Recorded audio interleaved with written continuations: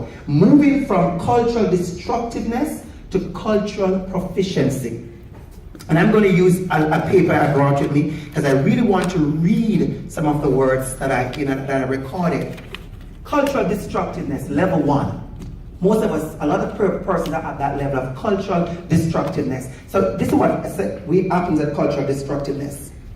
Why are those kids speaking Chinese at lunch? We're asking that question. She's not like us, don't invite her.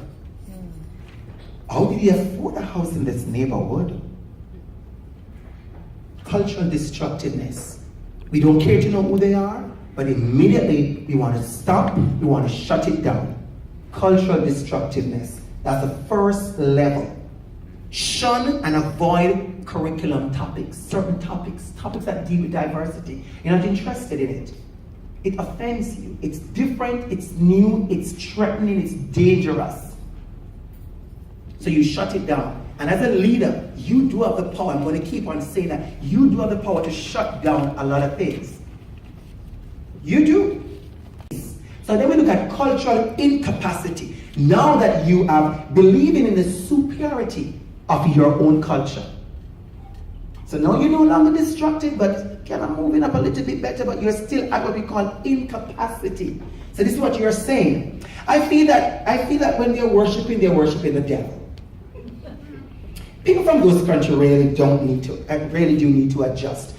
And then we move on from cultural incapacity to cultural blindness. That is a serious one. Acting as if cultural differences do not matter. Oh my God, I love everyone. We are all the same. None of us is different. That's not true. And the fact that you think we are all the same, I know you say it in a nice way because you want to make peace on earth. You know, you're that kind of person who want to make peace on earth. So you said, everybody's fine, we are all the same. And you did it genuinely from a place of love. But I'm going to know why it's dangerous. If you say we are all the same, then immediately you have said, I don't see you. I don't see you. Right at this table here, I see the beautiful. I love what you're wearing. I love what you're wearing. You see people, you see the difference. On the slides, all my pictures on the slide, all the pictures I used for the entire 3 hours, they add black people, white people, Chinese, Muslim ladies, all that kind of stuff. When the class was finished, about 7 of them walked right up to me and they said to me, thank you.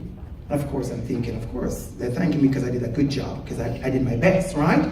And she said, no, she said, thank you. She said, we felt so included and we saw ourselves in your presentation. You know what I did the night before? I went in and I changed about 5 of my pictures and I make sure I put Muslims in the pictures. Simple as that. I didn't say to you, a potluck is the answer. I said that to you. So don't think I'm that crazy to think a picture is the answer. But it was a start because these ladies have sat down in many workshops and every time a picture came on the board, it was a little white girl in a little pink dress with a little Barbie doll. And that is the entire picture they keep seeing. All of a sudden, when they click on a slide, they saw themselves. These are people with their master's degree, they're not kids. But it felt good. It felt good that somebody saw them, somebody knew who they were. We had our discussion just the same. But some of us think we have to go through a lot of hoops to just include that one conversation. And he said it, you know, the barrier sometimes is nothing. As a leader, the barrier that you have to break down doesn't take that effort. It just takes you to be respectful to somebody else. And then we move from cultural destructiveness, cultural incapacity, cultural blindness to cultural sensitivity. We're getting warmer, right? Cultural sensitivity. And what is happening here? At this point at cultural sensitivity, we're actually telling people, I see you. I see you. I see you. I hear you. I understand the difference between you and I. And I see that your difference is not different from my difference. Sounds confusing, right? But they're 2 different persons. It's fine. We're going to all celebrate that difference. You know, we talk about being tolerable or being tolerant. Nobody wants to be tolerated. Years ago, it was a good word. Tolerance was a good word. Like, oh, you should have tolerance.